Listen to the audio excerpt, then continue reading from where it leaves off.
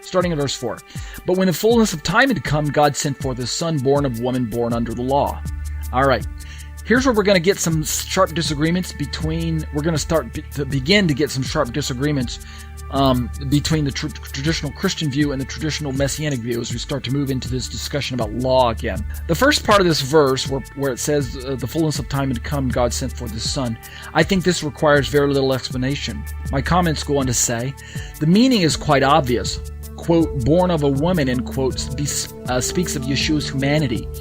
Even though he came from heaven, he had an earthly mother named Mary, making him as human as every other person born on planet Earth, Adam and Eve excluded from the mother category since God created them directly, of course. But Yeshua was fully able to, as the book of Hebrews describes, sympathize with our weaknesses. That's Hebrews 4, verse 15. I go on to say in my commentary, the second part of the verse containing the phrase, quote, born under the law, end quote, is usually understood to mean, quote, born into a law-keeping environment, viz., as a Jewish man in a Jewish community, end quote. Indeed, the Barnes Notes commentary to this verse conveys the prevailing Christian interpretation, which reads, quote, made under the law, as one of the human race partaking of human nature, he was subject to the law of God. As a man, he was bound by its requirements and subject to its control. He took his place under the law that he might accomplish an important purpose for those who were under it. He made himself subject to it that he might become one of them and secure their redemption, end quote.